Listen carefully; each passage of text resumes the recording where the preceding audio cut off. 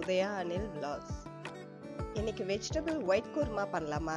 அதை பண்ணுறதுக்கு உருளைக்கிழங்கு பட்டாணிலாம் குக்கரில் வேக வச்சுக்கலாம். பட்டாணி நான் முளை கட்டியிருக்கேன். உருளைக்கிழங்கு சின்னதாக இருந்ததுனால ஒரு 5 உருளைக்கிழங்கு எடுத்திருக்கேன். இது கூட ஒரு கேரட்டும் கட் பண்ணி வச்சுருக்கேன். இதை எல்லாத்தையும் குக்கரில் சேர்த்து காய் மூழ்கிற அளவுக்கு தண்ணி சேர்த்துக்கலாம். குக்கர் மூடி போட்டு ஜஸ்ட் 2 விசில் விட்டால் போதும்.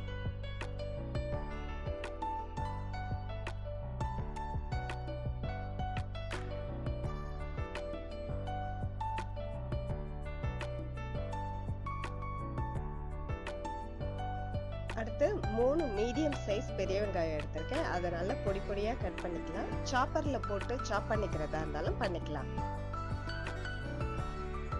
அடுத்ததா 2 தக்காளி எடுத்திருக்கேன். இதை அதோடைய காம்பெல்லாம் நீக்கிட்டு ஜஸ்ட் ரஃபாக சாப் பண்ணிக்கலாம். ஏன்னா இதை அரைச்சி பேஸ்டாக தான் எடுத்துக்க போகிறோம். அதனால பெரிய பெரிய பீசஸாக கட் பண்ணி இதை ஒரு மிக்சர் ஜாரில் சேர்த்து அரைச்சி பேஸ்டாக ரெடி பண்ணிக்கலாம். அவ்வளோதான், நம்ம வெங்காயம் தக்காளி எல்லாம் ரெடி ஆயிடுச்சு. குக்கரும் 2 விசில் வந்து ப்ரெஷர் ரிலீஸ் ஆயிடுச்சு. இப்போ அதை ஓப்பன் பண்ணிடலாம். காய் நல்லா வெந்திருக்கு, கரெக்டாக குக் ஆயிருக்கு. இது ஓகே. அடுத்து இந்த கிரேவிக்கு ஒரு பேஸ்ட் ரெடி பண்ணிக்கலாம். அதுக்கு ஒரு மூடி தேங்காவை கீறி வச்சுருக்கேன். இது கூட 6 பச்சை மிளகாய், 10 முந்திரி பருப்பு, 2 டேபிள் ஸ்பூன் பொட்டுக்கடலை, 1.5 டீஸ்பூன் சோம்பு சேர்த்துக்கிறேன்.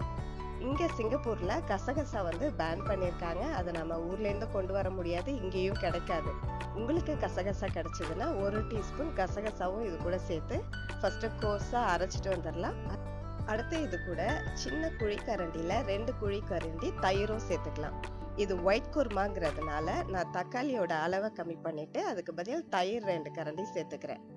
கூடவே கொஞ்சம் தண்ணியும் சேர்த்து இந்த நல்லா பேஸ்ட்டாக அரைச்சிட்டு வந்துடலாம். இப்போ ஒரு பேன் எடுத்து வச்சு அதில் எண்ணெயும் விட்டு எண்ணெய் காஞ்சதுக்கப்புறம் பட்டை, கிராம்பு, ஏலக்காய், கல்பாசி, பே லீஃப் இது எல்லாத்தையும் போட்டு தாளிச்சிக்கலாம். கூடவே நம்ம கட் பண்ணி வச்சுருக்க வெங்காயமும் போட்டு நல்லா வதக்கிக்கலாம். வெங்காயம் நல்லா வதங்கினதுக்கப்புறம் இது கூட 3 டீஸ்பூன் இஞ்சி பூண்டு பேஸ்ட்டும் சேர்த்து அதோடைய பச்சை ஸ்மெல் போகிற வரைக்கும் நல்லா வதக்கிக்கலாம்.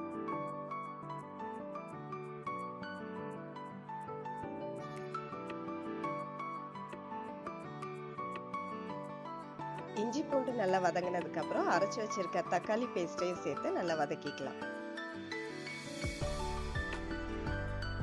இது கூட இப்போ 1 டேபிள் ஸ்பூன் மல்லித்தூள் சேர்த்துக்கலாம். நம்ம மஞ்சத்தூள் மிளகாத்தூள்லாம் இந்த கிரேவிக்கு சேர்க்கல, ஏன்னா இது ஒயிட் குருமாங்கிறதுனால அது எதுவும் சேர்க்கல. ஜஸ்ட் மல்லித்தூள் மட்டும் சேர்த்து அதோடைய ரா ஸ்மெல் போகிற வரைக்கும் நல்லா வதக்கிட்டு நம்ம அரைச்சி வச்சிருக்க தேங்காய் விழுதையும் சேர்த்து எல்லாத்தையும் கலந்துக்கலாம்.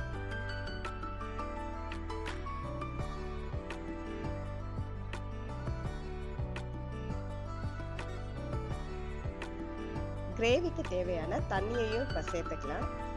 தேங்காய் பேஸ்ட்டு கூட நம்ம முந்திரி பொட்டுக்கடலை எல்லாம் வச்சு அரைச்சிருக்கிறதுனால கிரேவி நல்லா திக்காக தான் இருக்கும். அதனால தண்ணி உங்களுக்கு தேவையான அளவுக்கு தண்ணி விட்டு எல்லாத்தையும் நல்லா கலந்துக்கலாம்.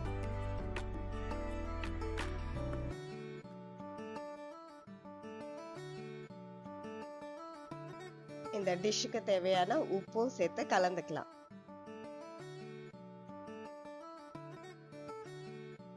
கிரேவி நல்லா கொதிச்சதுக்கு அப்புறம் வேக வச்சிருக்க காய்கறி எல்லாம் இது கூட சேர்த்துக்கலாம். இதுலேருந்து உருளைக்கிழங்கு தனியாக எடுத்து கட் பண்ணி வச்சிருக்கேன், அதையும் இது கூட சேர்த்துக்கலாம்.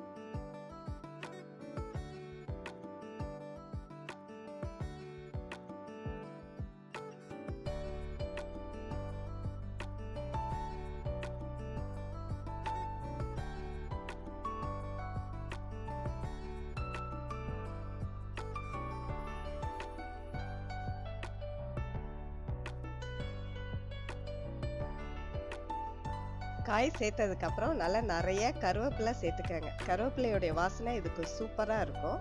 கூடவே ஒரு 3 பச்சை மிளகாவையும் நான் உடைச்சிட்டு சேர்த்துருக்கேன். பச்சை மிளகாய் காரம் மட்டும்தான் இந்த கிரேவிக்கு, அதனால இப்போ ஒரு தடவை பச்சை மிளகாய் சேர்த்துருக்கேன்.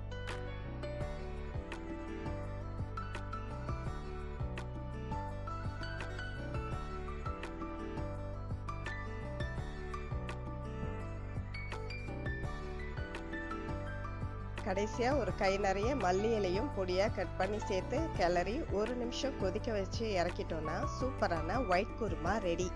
இது இட்லி, தோசை, இடியாப்பம், சப்பாத்தி, பூரி, வெரைட்டி ரைஸ் எல்லாத்துக்குமே சூப்பராக இருக்கும். இட்லி, தோசை, இடியாப்பம் இது கூடலாம் வச்சு சாப்பிட்டோம்னா, சாப்பிட்டுக்கிட்டே இருக்கணும் போல இருக்கும். உள்ள போறதே தெரியாது. அவ்ளோ டேஸ்ட்டா இருக்கும். நீங்களும் ட்ரை பண்ணி பார்த்துட்டு எப்படி இருந்ததுன்னு எனக்கு கமெண்ட் பண்ணுங்க. இன்னைக்கான கோட் என்னன்னு பார்த்துடலாமா? அளவான உணவு மருத்துவனை விட அழகாக சிகிச்சை செய்கிறது.